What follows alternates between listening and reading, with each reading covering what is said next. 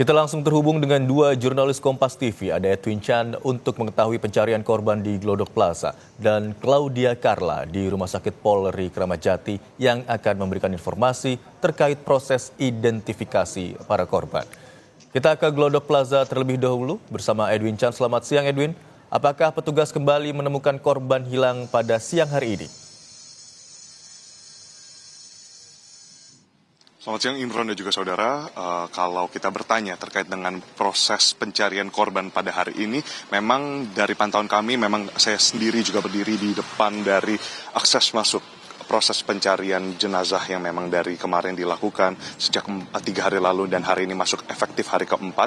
Memang dari pihak kepolisian maupun dari pihak penanggulangan kebakaran dan juga penyelamatan Jakarta, Gulkarmat Jakarta memang belum ada yang melakukan aktivitas. Nah, di sini memang sudah berhimpun para petugas di sekitar dari Glodok Plaza, mulai dari pintu Pinang Sia ke pintu Mangga Besar memang sudah berkumpul, namun kami juga masih terus memantau. Jadi untuk terkait dengan kantong jenazah yang dibawa dari tempat kejadian perkara ke Rumah Sakit Polri Kramat Jati Jakarta Timur belum dilakukan sampai siang hari ini.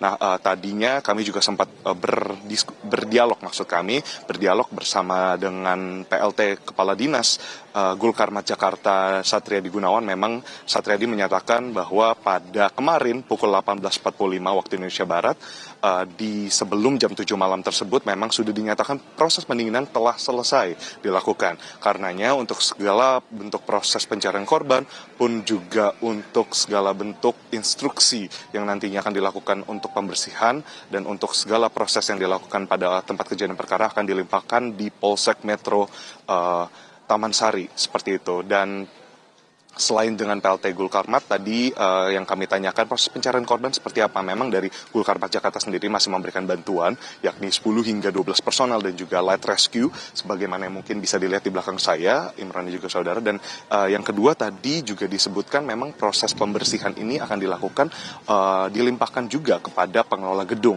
Nah, di sini pihak pengelola gedung marketing dari Glodok Plaza di sini Angga Aditya memang menyatakan bahwa proses pembersihan dilakukan juga secara internal, namun memang tidak mencakup wilayah tempat kejadian perkara. Jadi memang yang memang berfokus tempat kejadian perkara memang kan di lantai 6, 7, dan 8 disebutkan pada waktu sebelumnya memang menjadi titik kebakaran yang paling besar, yang paling terdampak, yang memang di sana ada tempat hiburan malam dan juga terdapat beberapa restoran, lounge, dan lain-lain, Imron dan saudara. Tapi untuk pembersihan internal ini akan mencakup pada 4 lantai, yakni berawal dari Rubanah atau basement, berlanjut ke LG, GF, ground floor, lower ground, dan juga ada lantai 1 dan 2. Untuk selengkapnya mari kita dengarkan pernyataan resmi dari marketing Glodok Plaza.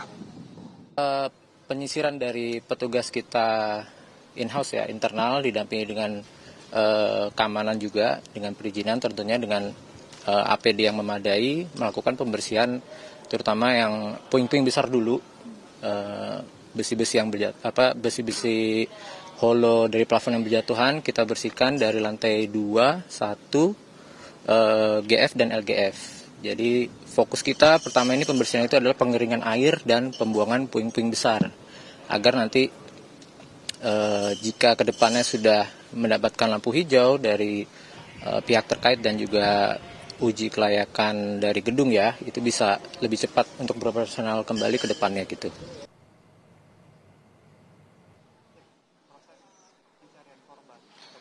Lebih dari 600 tenan terdampak akibat kebakaran yang terjadi pada Rabu lalu di Glodok Plaza ini, Imron dan saudara. Dan dari pernyataannya memang kebanyakan mayoritas dari tenan memang bukan merupakan korban dari kebakaran yang terpapar langsung atau mungkin korban yang sedang dalam proses pencarian ini. Namun memang terdampak karena operasional dari Glodok Plaza tidak dapat dibuka, dan memang untuk target sendiri dari Glodok Plaza untuk melakukan pembersihan dan kembali ke operasional masih menantikan koordinasi dengan Polsek dari Taman Sari dan juga dari Gulkarmat Jakarta. Nah, di sisi yang bersamaan tadi kami juga Wakapolsek dari Taman Sari sendiri, di sana ada Ujang, di sana menyatakan bahwa hari ini akan dipantau apakah sudah siap dan untuk kondisi gedung sendiri apakah sudah layak seperti sudah memenuhi standar untuk nantinya dapat dengan aman untuk masuk dan melakukan olah TKP. Namun yang dapat kami pastikan pada hari ini akan kembali dilaksanakan untuk proses pencarian jenazah sebagaimana yang memang telah disebutkan tadi oleh Gulkarmat Jakarta, dan harapannya memang dari proses pencarian ini semoga identifikasi dari korban yang memang ditemukan. Total sudah ada 8 kantong jenazah yang dikirimkan dari tempat kejadian perkara ke Rumah Sakit Polri. Pun di sisi yang lain adalah sudah ada 14 total korban hilang yang dilaporkan. Ini semuanya dapat ditemukan baik melalui proses antemortem maupun hingga postmortem maupun hingga antemortem. Imro. Baik, tadi disampaikan oleh jurnalis Kompas TV Edwin Chan bahwa proses pendinginan telah selesai dilakukan pada malam hari tadi. Kemudian proses pembersihan juga sebentar lagi akan dilakukan oleh pihak pengelola internal gedung. Namun proses pembersihan yang dilakukan oleh pihak internal gedung tidak mencakup lokasi yang menjadi TKP dari kebakaran gedung. Terima kasih atas laporan Anda Edwin Chan dari Glodok Plaza. Kita beralih ke Rumah Sakit Polri Kramat Jati bersama dengan jurnalis Kompas TV Claudia Carla di sana. Selamat siang Carla. Sudah sejauh mana proses identifikasi terhadap jenazah korban kebakaran di Glodok Plaza? Ya, Imran dan juga saudara, terkait dengan sejauh mana progres yang dilakukan di Rumah Sakit Polri Kramat Jati ini, memang dari info yang kami dapatkan pada pagi hari tadi telah dilakukan lagi proses pendalaman terkait dengan data-data antemortem. Dan tadi pagi memang sudah ada satu keluarga yang datang untuk memberikan kemudian sampel DNA untuk kemudian selanjutnya diolah dan nantinya akan dicocokkan dengan sampel DNA dari jenazah yang telah tiba di Rumah Sakit Polri ini. Selain pengecekan dari data-data antemortem, juga tentunya sampel DNA ini penarikannya telah sedang berlangsung dan sampai saat ini masih terus dilakukan terkait dengan pengecekan DNA tersebut. Sejauh mana proses pengecekan DNA dan pengecekan dari data-data antemortem tersebut, saya akan bertanya langsung bagaimana terkait dengan progresnya dengan Kepala Bidang DVI Puskesdes dari Rumah Sakit Polri. Selamat siang, Pak. Pak, boleh, tadi ada satu keluarga yang baru saja juga memberikan data-data ya Pak untuk antemortem dan juga kemudian sudah memberikan sampel DNA-nya. Bisa kemudian dijelaskan sudah sejauh mana dari tadi datang jam 9 hingga saat ini apa saja progres yang telah dilakukan? Untuk kegiatan hari ini memang lebih banyak kegiatan di posko antemortem, sedangkan posko postmortem tidak menerima kiriman kantung jenazah lagi. Yang dilakukan saat ini adalah kita melengkapi data antemortem yang sudah dikumpulkan dari kemarin, dan saat ini sejak tadi ada